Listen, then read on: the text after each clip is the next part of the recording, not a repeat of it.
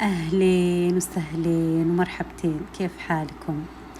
صباح الخير، صباح السعادة. هنا سقيت نبتتي وبسوي ألذ تلبينة تسوينه. أنا دائما أسمع عن التلبينة من سنين ودي أستمر عليها وفوائدها، غير إنها وصية الرسول صلى الله عليه وسلم.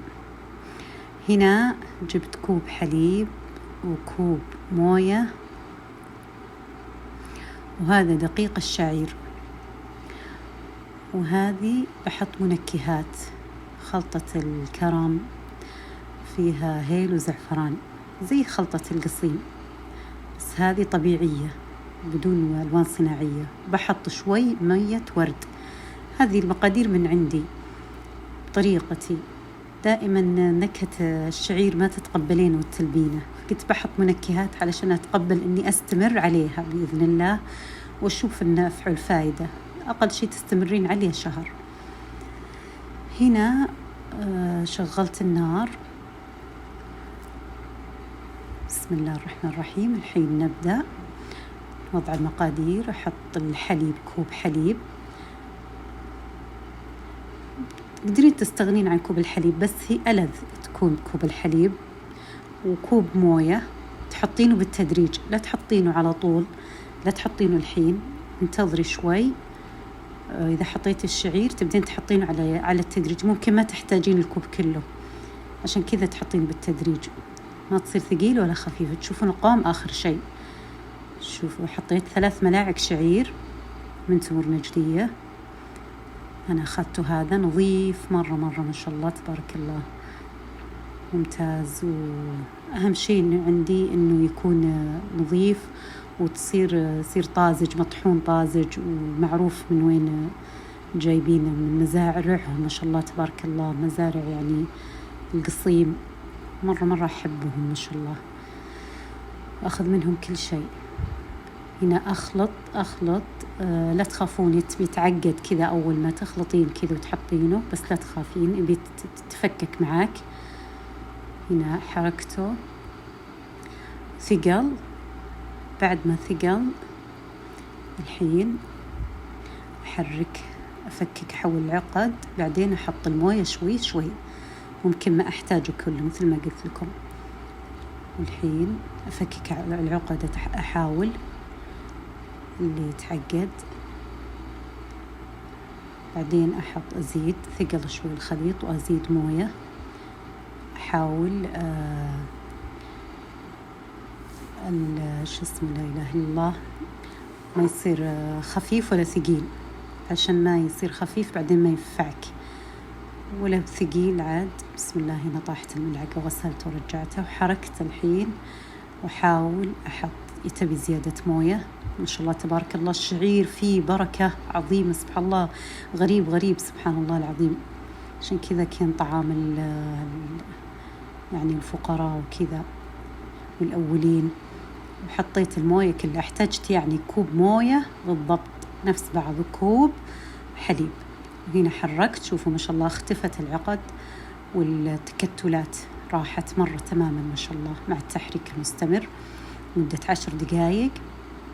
بعد ما تحسين ان الخليط والقوام هو المطلوب والزين، له بثقيل ولا هو بخفيف.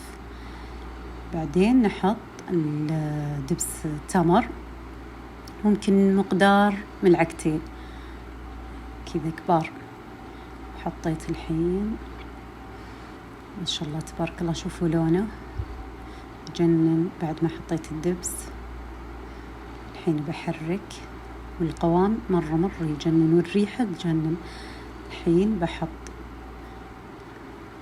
ذرة بسيطة، واللي ما يحب يستغني عنها، بس أنا حسيت أنه وخرت لي طعم الشعير هذا اللي ما سبحان الله ما تتقبلينه. عاد أنا أحب كثرت، يعني أحب الهيل والزعفران عادي، اللي ما يحب ويستغني عنه عادي جدا، بس إنه مرة طلعت حلو مرة لذيذة. فلا إله إلا الله محمد رسول الله. حركته كذا، شوف اللون يجنن. بعد ما حطيت الخلطة حقت القهوة بعدين بحط ملعقتين زهر أو ماء ورد. بسم الله. بعدين بحط كذا ملعقتين زيت زيتون. كل هذولي من عندي أنا، وفي طرق كثيرة بس هذه أنا طريقتي. جربوا والله بتدعوا لي. طعمه مرة لذيذ، وكل من ذاقه عجبته.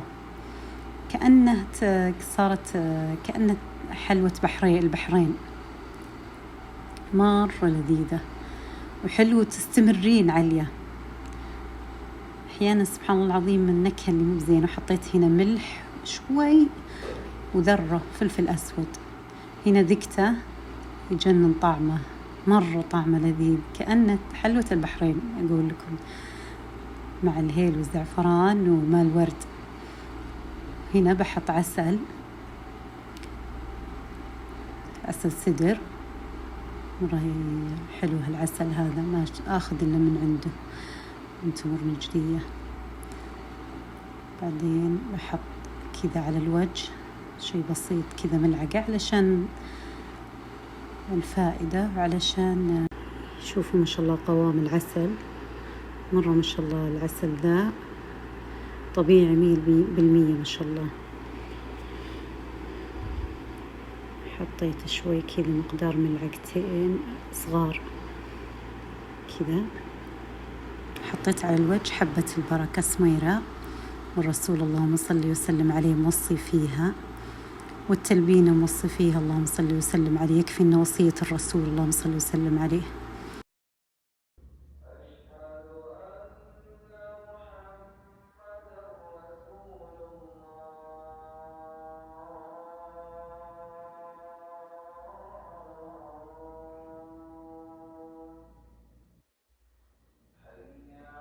وإن تركها حسرة ولا تستطيعها البطلة. البطلة هم السحرة، لا تستطيعها البطلة، أي لا تستطيعها السحرة. وقد سمعت أخي الشيخ نواف سالم من قبل حفظه الله تبارك وتعالى يحدث عن امرأة حاول بعض توبة، كان جديد على المهنة الخبيثة، ولكن اذهب إلى الساحر فلان فإنه يستطيع ذلك. إليه ملك فقال: يا محمد أبشر بنورين أوتيتهما لم يؤتهما نبي قبلك، سورة الفاتحة وخواتيم سورة البقرة، فإنه لم يقرأ أحد بشيء منها إلا أوتيه. هذه خواتيم سورة البقرة، ويكفينا أن فيها أعظم آية في كتاب الله تبارك وتعالى.